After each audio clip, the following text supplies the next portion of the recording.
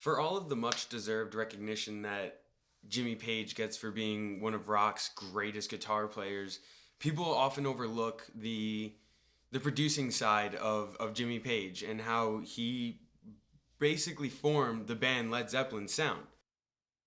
Jimmy Page took careful consideration when it came to the instruments that he was producing, whether it be the drums or the guitars or the vocals or even random effects that Led Zeppelin themselves would put in.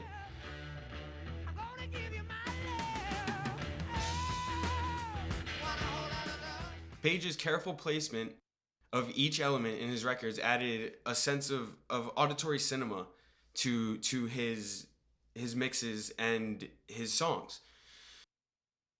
Much of Led Zeppelin's sound came from the drums and the bass, and that's where Jimmy liked to put most of his focus in. He wanted the drums to be big and loud, but not too loud, and he wanted them to be spread out in a way where everything has room for itself. And he wanted the bass to do the same. He wanted them to be powerful, but not overpower each other. And when it came to the recording process, Page never really messed around with isolating sounds. He never really looked for the golden sound, the sound that needed to be completely isolated. He didn't mind the bleed through the microphones. He thought that it was part of the sound. He wanted that in his music to liven it up.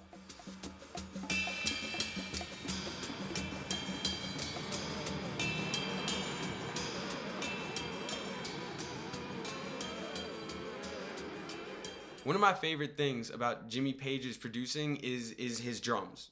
And it's mainly because he made the kicks and the snares so powerful and so punchy, and they just bash right through the entire mix, and they just come straight at you without stepping on anything else, without the bass drum and the bass guitar muddying each other up. You can still hear both, but they're still very loud.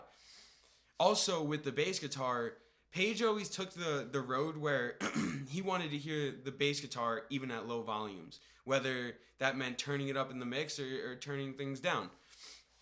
When Page was looking for a certain drum sound, he would go into a room and have the drummer set up his kit, and afterwards he would place a mic directly over the drum set, and he would just listen to the room to see if he liked the way it sounded. Another thing about the drums that I really admire for Jimmy Page's producing is the cymbals. He wanted them to be really bright but not washy at all. And I like that a lot because they cut through the mix, but they don't muddy down any other frequencies. Like if there's a guitar solo going on or if there's just another riff going on, you can hear those cymbals, but you can still hear everything else. I feel Jimmy Page is one of the most underrated producers only because he didn't produce anyone else but himself. But that band, the sound that came out of them was so golden and so pure that I feel that he needs to get the recognition that he deserves on all of that, because he is one of the main brains behind the Led Zeppelin sound.